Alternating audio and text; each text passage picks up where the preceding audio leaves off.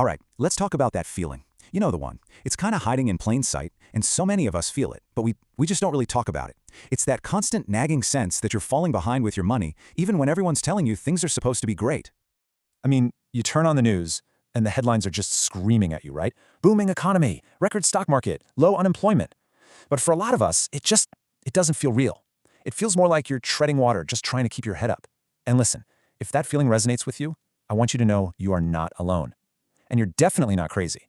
Because the real numbers, they tell a very different story than the headlines. Just look at this number, 67%. What is that? Well, that's the percentage of Americans right now who are living paycheck to paycheck, 2/3 of the country.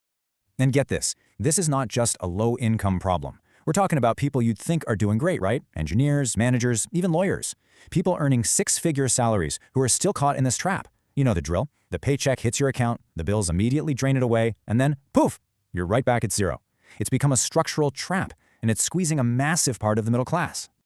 Okay, here's another number that's probably going to shock you. $8,000. Now, this is the median bank account balance in the US. And that's important because it's not the average. The average gets all messed up by billionaires. The median is the true midpoint.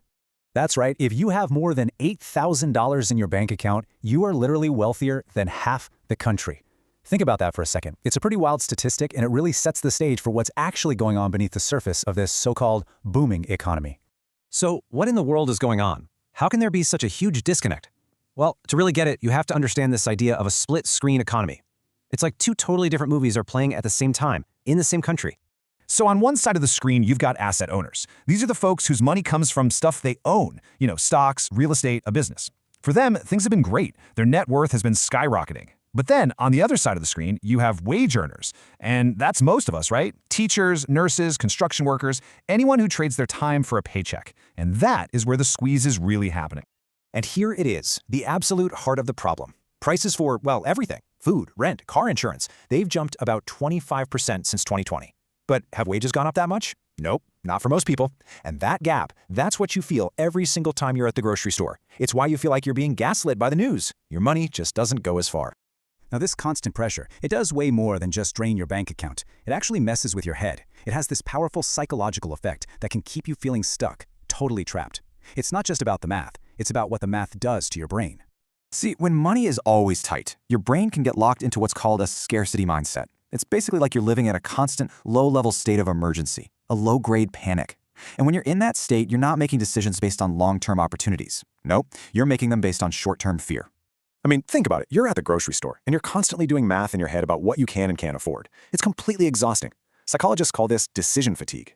Your brain only has so much juice for making good choices each day, and when you burn all of it on these tiny, stressful money calculations, you've got nothing left in the tank for the big picture stuff. The thinking that could actually change your situation. Okay, so this whole cycle can feel, well, impossible to escape, right? So how do you actually break out? The good news is, it starts with a goal that's way more achievable, and honestly, way more important than just getting rich. Your first goal isn't wealth. It's something we're going to call financial calm. So what is that? It's that feeling of knowing that an unexpected car repair or surprise medical bill, it's not going to send your entire life into a tailspin. It's freedom from that constant, low-level buzz of money anxiety. It's just peace of mind. And here's how you get there. This is your path to calm. Step 1, build a calm buffer, just a small safety net. Step 2, get control of your spending. Figure out where the money is actually going. And step 3, start knocking out that high-interest debt that's just weighing you down. Look, $1,000 isn't going to solve all your money problems. We know that. But as a first step, it's huge. It has the power to take what would have been a complete catastrophe and turn it into just a simple inconvenience. A blown car transmission goes from being a financial disaster to just an annoying Tuesday. That psychological shift is absolutely everything. All right, so once you've built that foundation of calm, once you can breathe a little easier, then you can start working toward the next big milestone. And trust me, this is the point where the whole game of building wealth starts to flip and work for you instead of against you. Saving that first $20,000, it really is like pushing a giant boulder uphill. It takes so much effort. But once you get that boulder to the top of the hill, gravity starts to work for you. Your money starts making money, and then that money starts making its own money. That's the magic of compounding, and it's where things get really exciting. And you can see that acceleration right here on this timeline. Let's say you're saving $1,000 a month. To get your first 20 grand, it might take you, say, 19 months. A real grind. But the second 20 grand, that only takes 17 months because your money is helping you. And then look at this. The next 20 grand could come in just 5 months, mostly from your investments growing on their own. That's the power of compounding. It's a force that's working for you 24/7. And remember what we said about your brain? Having this cushion is what allows you to finally switch modes. You get to leave that panicked, reactive survival mode behind, and you step into a proactive, strategic growth mode. This is where you can finally stop just putting out fires and start actually designing the future you want. And that cushion, that 20 grand, it gives you one of the most powerful tools in the world, walking away money. This is the ultimate career superpower. It's the confidence to say nope to a horrible boss, to negotiate for the salary you actually deserve, to take a risk on a new job you're passionate about, all because you are no longer a slave to your next paycheck. So how do you get there even faster? How do you really accelerate this journey to freedom? Well, it all comes down to one final but absolutely crucial mindset shift in how you think about your money. Okay, so most of us are taught to think like this. We ask the cheap question. How much does this cost? It's all about the price tag. But wealthy people, they ask a totally different, way more powerful question. They ask the strategic question.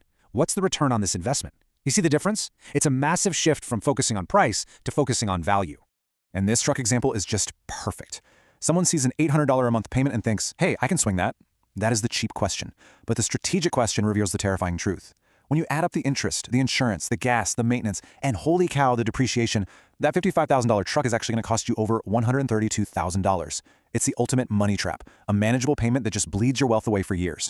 So at the end of the day, it's not about skipping lattes. You can't build real wealth just by playing defense and pinching pennies. It's built by playing offense, by making smart, strategic choices on the big-ticket items. So the question for you is, are you going to keep playing defense with pennies, or are you ready to go on offense with a real strategy? The choice is yours.